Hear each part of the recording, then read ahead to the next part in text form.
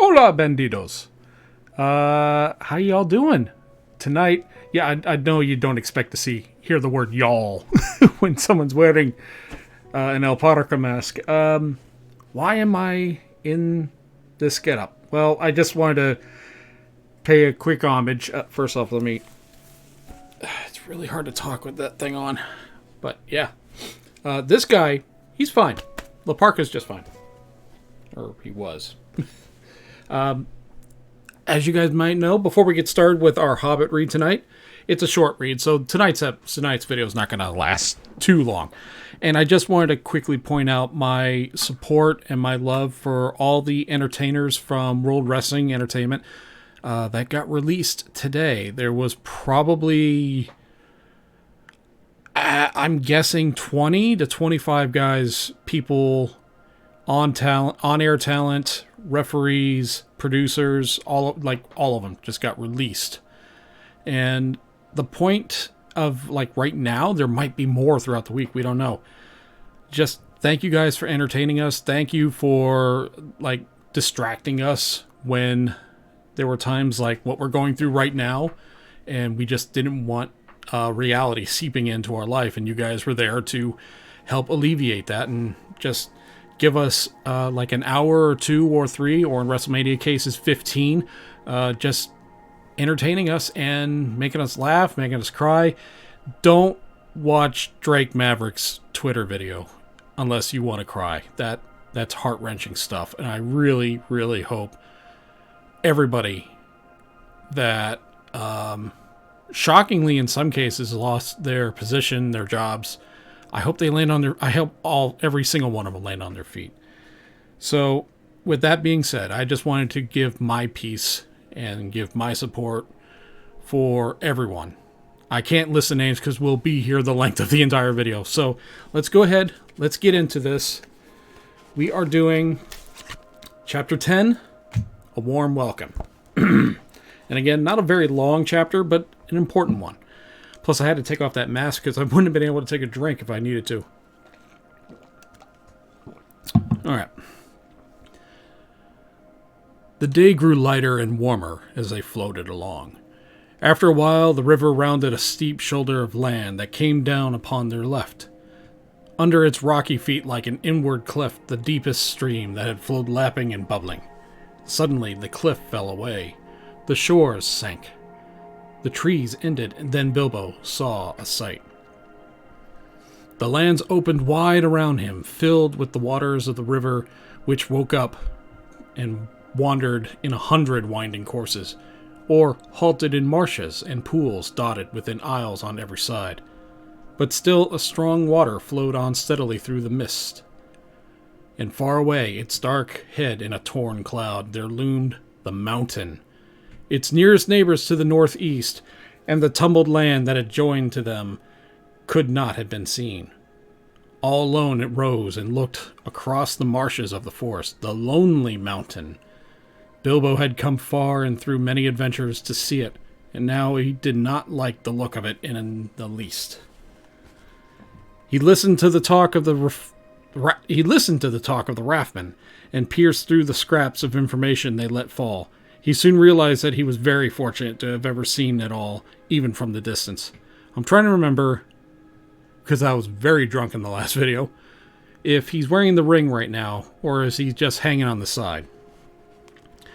Dreary as had been his imprisonment, and unpleasant as it was to his position, to say nothing of the poor dwarves underneath him. I'm not drinking tonight, so no dwarves drinking shots.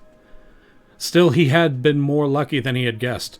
The talk of all the trade that came on and went on in the waterways, as the growth of the traffic in the river, and as the roads out of the east towards Mirkwood vanished or fell into disuse. So I guess the elves never found him like they did in the movie. The Peter Jackson movie. The Rankin Bass movie, I think they just like in the book.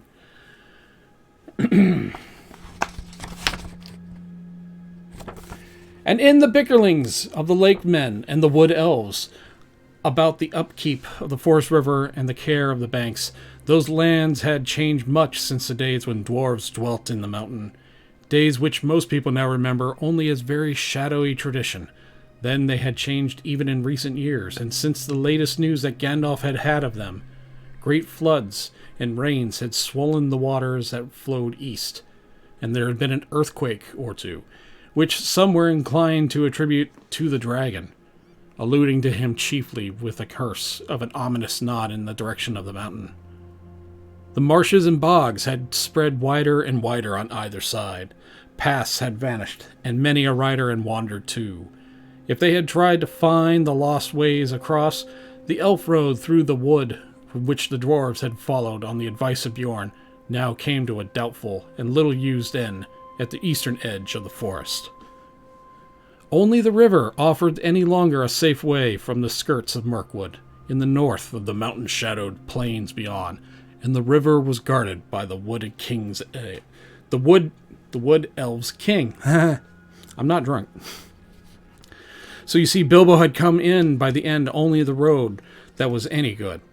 It might have been some comfort to Mr. Baggins shivering on the barrels if he had known the news that had reached Gandalf far away and given him great anxiety, and that he had in fact finishing his business, which does not come into this tale, but it does in the movie, and getting ready to come in search of Thorin's company, but Bilbo did not know that.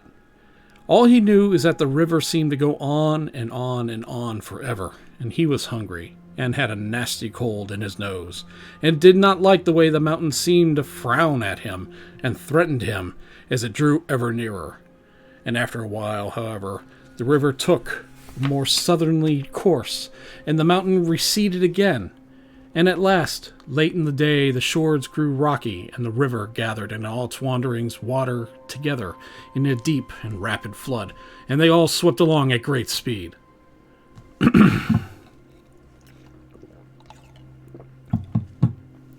The sun had set when turning another sweep towards the east. The river rushed into Long Lake.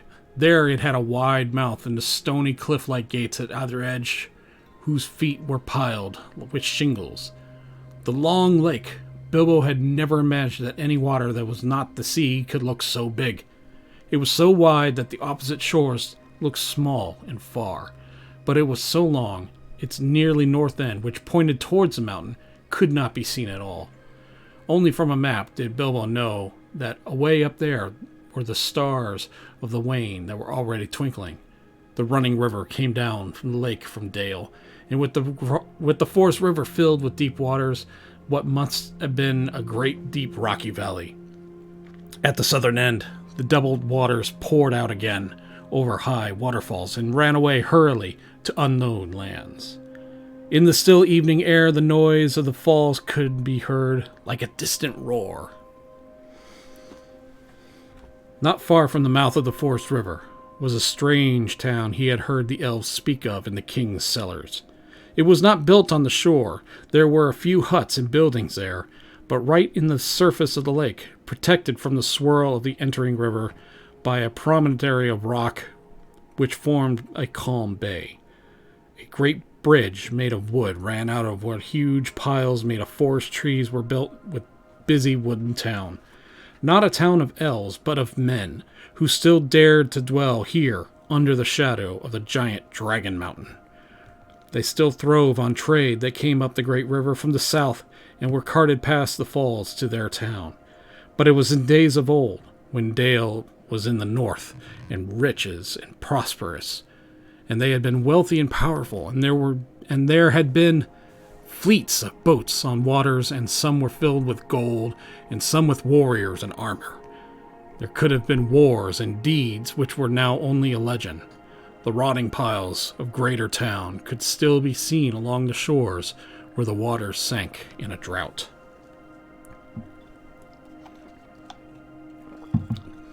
But men remembered little of that, though still sang songs of the dwarf king of the mountain, Thor and Thran of the race of Durin, and in the coming of the dragon, the fall of the lords of Dale. Some sang that Thor and Thran would come back one day, and gold would flow in the rivers through the mountain gates, and all that land that would be filled with a new song and new laughter. But this pleasant legend did not much affect their daily business. As soon as the raft of barrels came in sight, boats roared out from the piles of the town, voices hailed from the rafters. Then ropes were cast and oars were pulled, and soon the raft was pulled out of the current of the forest river and towed away around the high shoulder of the rock into the lake of Laketown. Little bay of Laketown. There it was, moored not far from the shadowhead of a great bridge. Soon men would come up from the south and take some of the casks away, and other would fill their goods they had brought with them back up the stream to the wood elves' home. In the meanwhile, the barrels were left afloat while the elves of the raft and the boatmen went to feast on Laketown.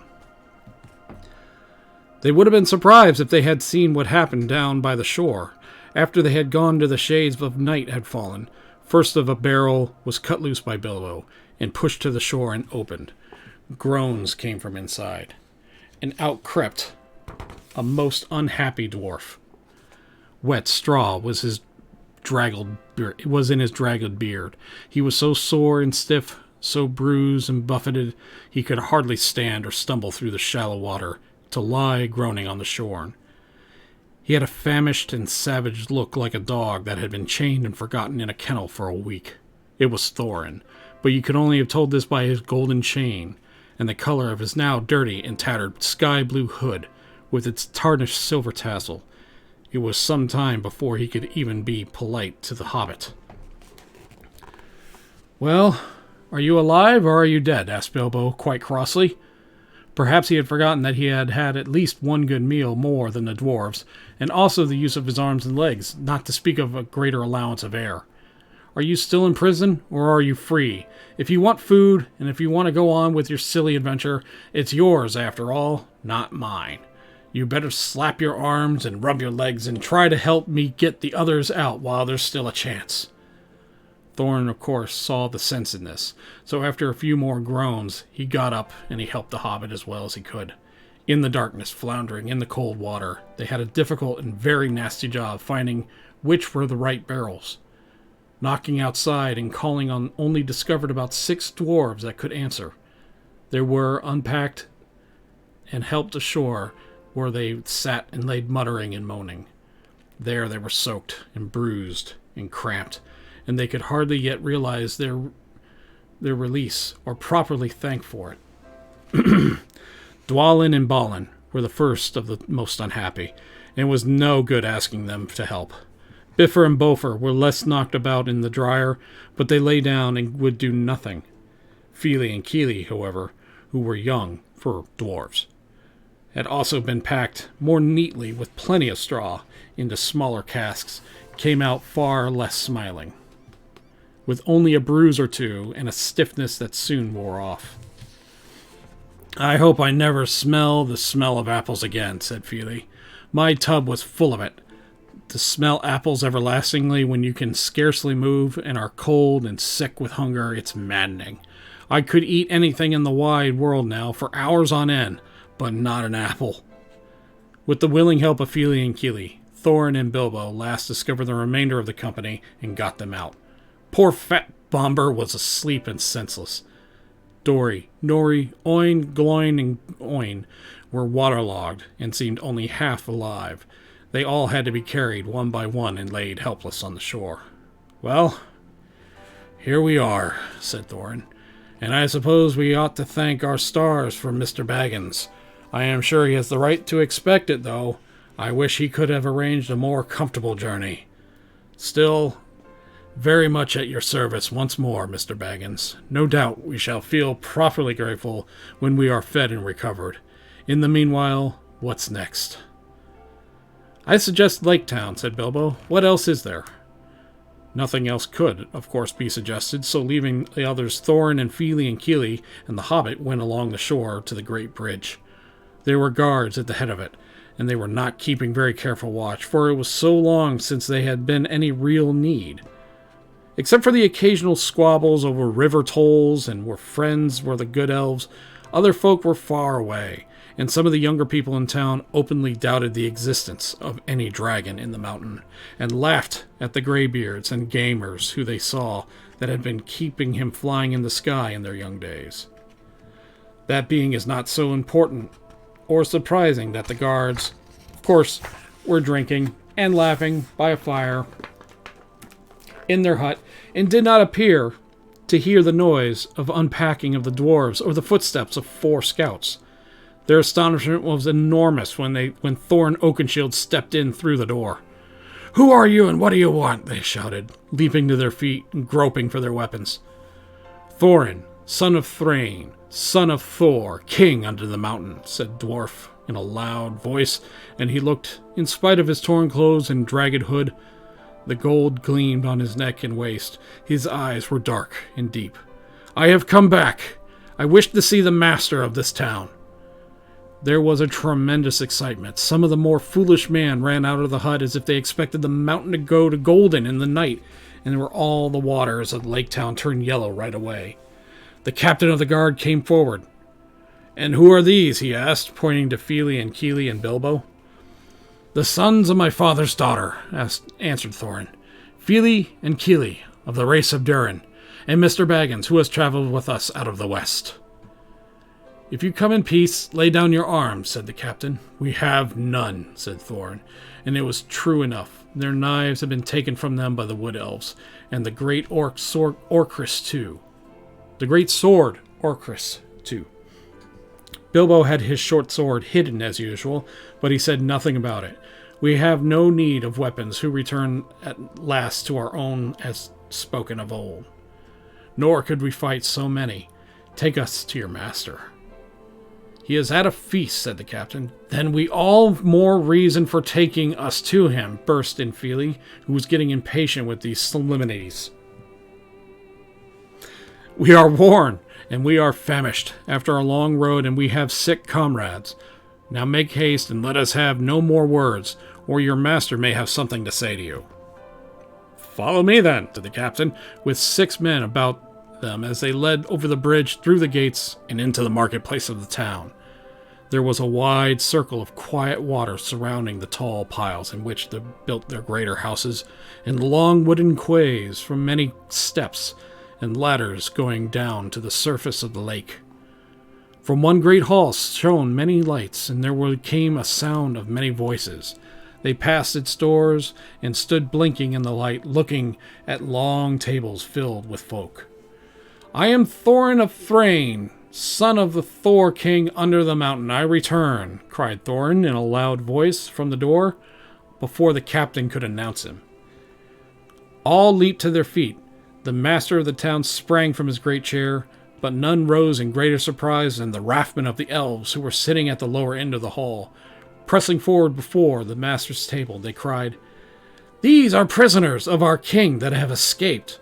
Wandering vagabond dwarves that could not give any good accounts of themselves, sneaking through the woods and molesting our people."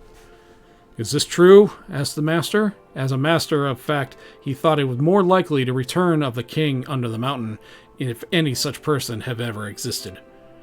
"It is true that we were wrongfully waylaid by the Elven King and imprisoned without cause as we journeyed back to our land," said Thorin. "But lock nor bar may hinder the homecoming spoken of old, nor is this town in the Wood Elves' realm. I speak to the master of this town, of the men of the lake, not to the raftsmen of the king."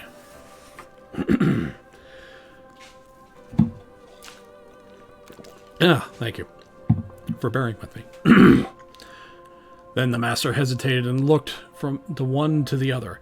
The Elven King was very powerful in those parts, and the master wished no enemy of him. Nor did he think much of old songs, giving his mind to trade and trolls and caregoers and gold, to which habit he owed his position. Others were of different mind, however, and quickly the matter was settled without him. The news had spread from doors like the hall of fire of an old town. People had shouted inside the hall and outside of it. The quays were thronged in hurrying feet. Some began to sing snatches of old songs concerning the return of the king under the mountain. That it was Thor's grandson, not Thor himself, that had come back did not bother them at all.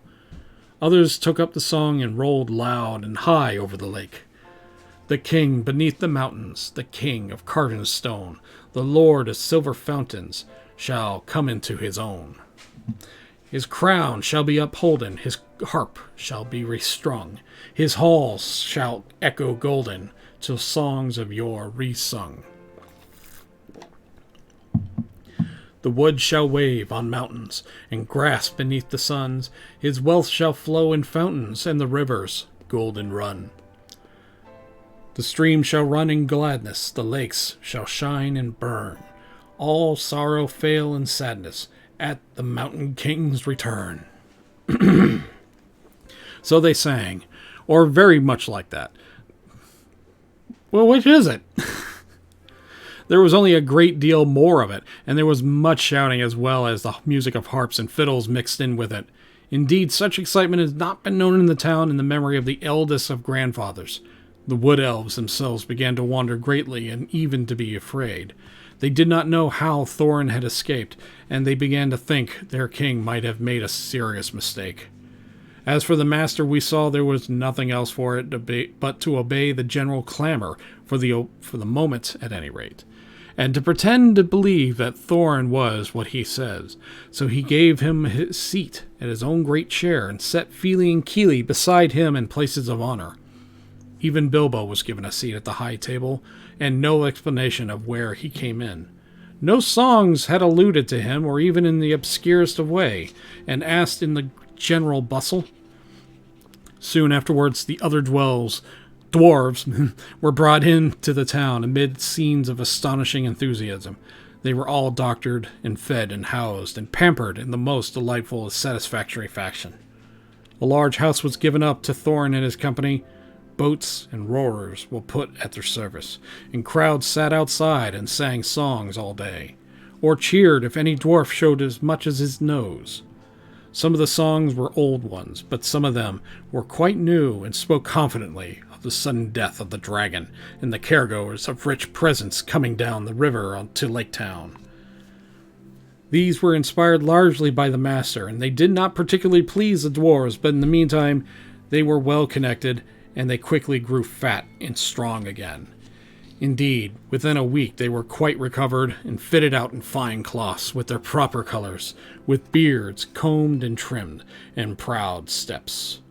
Thorin looked and walked as if his kingdom was already reigned, and Smaug chopped up into little pieces.